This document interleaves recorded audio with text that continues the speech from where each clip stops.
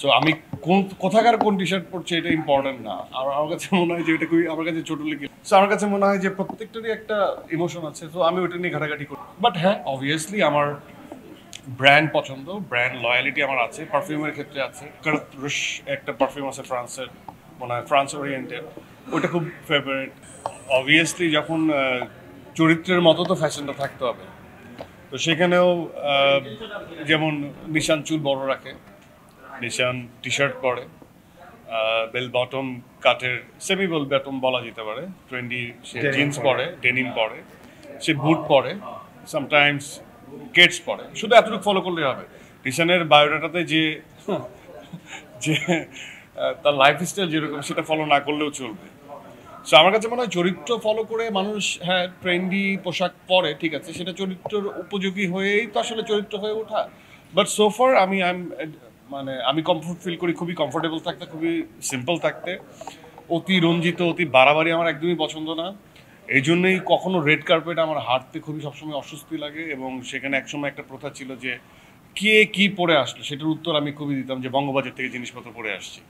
So আমার চোখে style হচ্ছে বা ফ্যাশন হচ্ছে আমার যেটা ভালো লাগছে, যেটা আমাকে কমফোর্ট দেয়, সেটাই আমার স্টাইল। তো সব কিছুর উপরে আমি যে পড়ছি, আমি যে ক্যারি করছি, এটাই থাকবে সামনে। সো আমি কোথাকার কোন টি শার্ট পরছি এটা ইম্পর্টেন্ট না। আর আমার কাছে মনে হয় যে এটা খুবই আমার কাছে ছোট লেগে লাগে যে ব্র্যান্ড এক্সপোজ করা।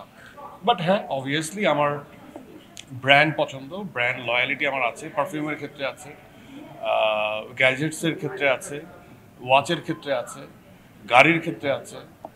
আর আমি খুব বেশি একটা নিজের যত্ন নিই না, সাবান নেই, চুল মুছি আর কাপড় চোপড় পরে বের হয়ে যাই। এই যেমন আমি ঘড়ির হিস্ট্রি নিয়ে ঘাটাঘাটি করি। ঘড়িতে যারা যারা ঘড়ি কেনেন, টাকা হলেই একটা ঘড়ি কিনে ফেলেন।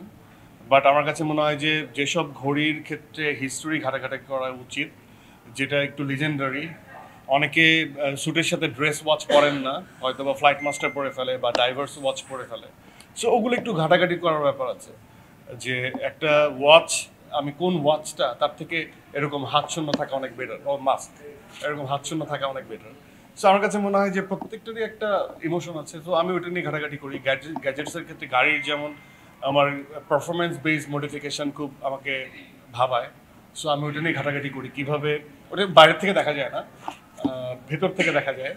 সো যারা কার এনথুজিয়াস তারা বুঝতে পারে। এবং পারফিউমের ক্ষেত্রেও কিছু বলতে পারি আমার পছন্দের, না বললে আবার ভাববেন যে বললাম না। আমার যেমন বিয়ার 540 বাকার রুশ একটা পারফিউম আছে ফ্রান্সের, মনে হয় ফ্রান্স ওরিয়েন্টেড, ওটা খুব ফেভারিট।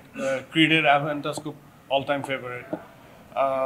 তারপর হচ্ছে ব্লু দ্য চ্যানেলের মানে অনেক অনেক পারফিউম আছে যে পছন্দ। টম ফোর্ডের ওদি ফিলের অনেক কিছু আমার ভালো লাগে। বোঝাই যাচ্ছে নিশো ব্র্যান্ড একদমই পছন্দ হ্যাঁ, করে না।